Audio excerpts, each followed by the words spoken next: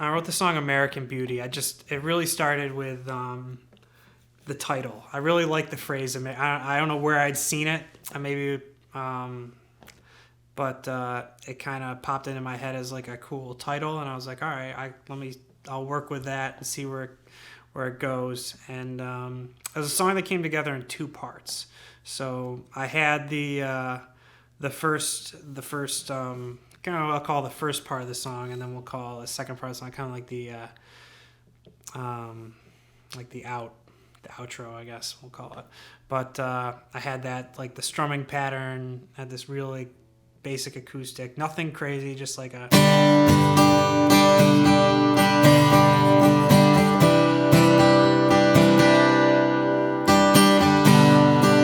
just G and C.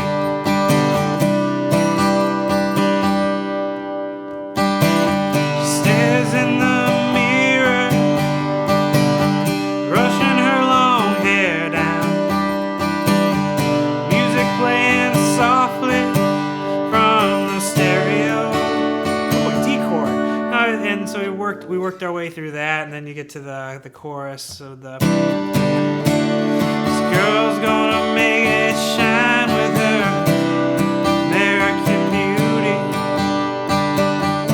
And that repeated itself a few times. And I actually had some, right before we sat down to record it, I had some lyrics for the bridge, and kind of probably, like, 2 minutes before we clicked the mic on, I decided that it was just getting too wordy and there was too much. And again, I just wanted to not have so much in the song. I think that as a songwriter, you always want to put more into the song than should actually go into the song. You need to leave. I always like to think of it as like leaving space for the audience. Like, you need or the listener. Like, you need some space for the listener to come and kind of put their memories and their ideas and what they're bringing to the song, because that allows them to make a personal connection to the song. You don't have to explain everything about the song. I think that's something I've always caught myself. You always want to use more words and include more than you need to. Sometimes the best songs are just the simplest things. And so I really kept a very simplest. I wanted to keep American Beauty very simplistic. It was very simplistic chords, very simplistic melody. And so then we kind of laid the bridge was just some tremolo electric guitar chords, and then kind of the way the end of the song came together was I was kind of strumming around my apartment. I had this thing going the whole time, and I didn't really know, like, how is that just going to be the whole song. And meanwhile, I had this other thing I was working on, which was in a different key, but a key that you could progress to from that, and it was just a.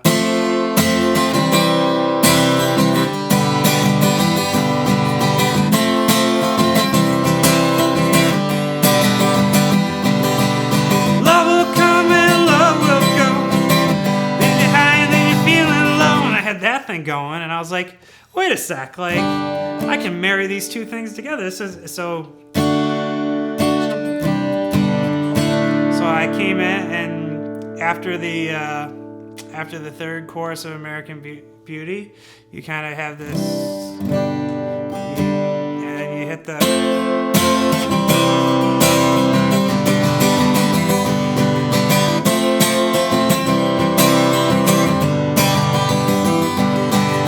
And it really kind of rocked up the end of the song, and a nice little, like, nice guitar solo at the end.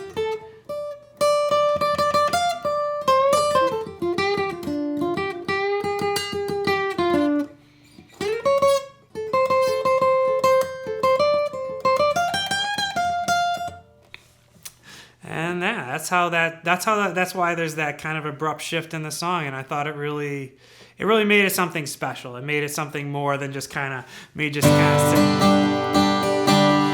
It kind of brought some energy that really rounded out the whole listening experience, I thought. And then that was right now, that's the only song I've actually produced a music video for, and that was a lot of fun. We did that. My friend Katie, her younger brother Peter, was going to NYU for film, And I know he'd done some music videos, so I got in touch with him, and I really liked a lot of the things he had done. And I sent him the 4 songs on my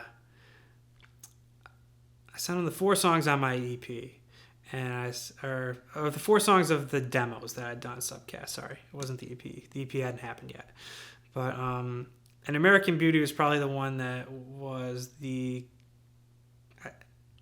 closest to being like a fully realized, like this was a full release. Like we'd done more work with that. Andy had come in and laid down these amazing piano parts that really brought the song to a whole nother level.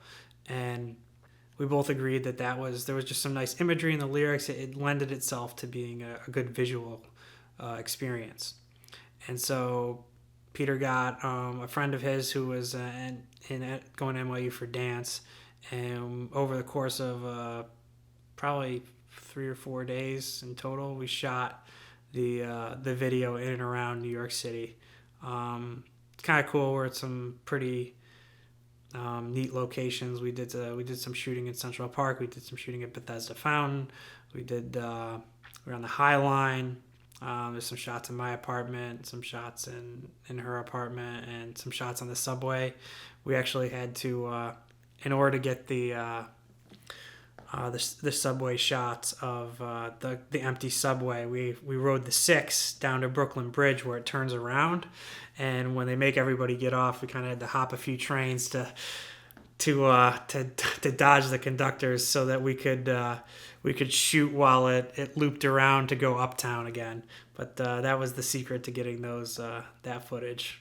But it was a lot of fun. A lot of great. The music video came out better than I ever could imagine, and it's just a really cool. I'm just glad that we were able to put that together.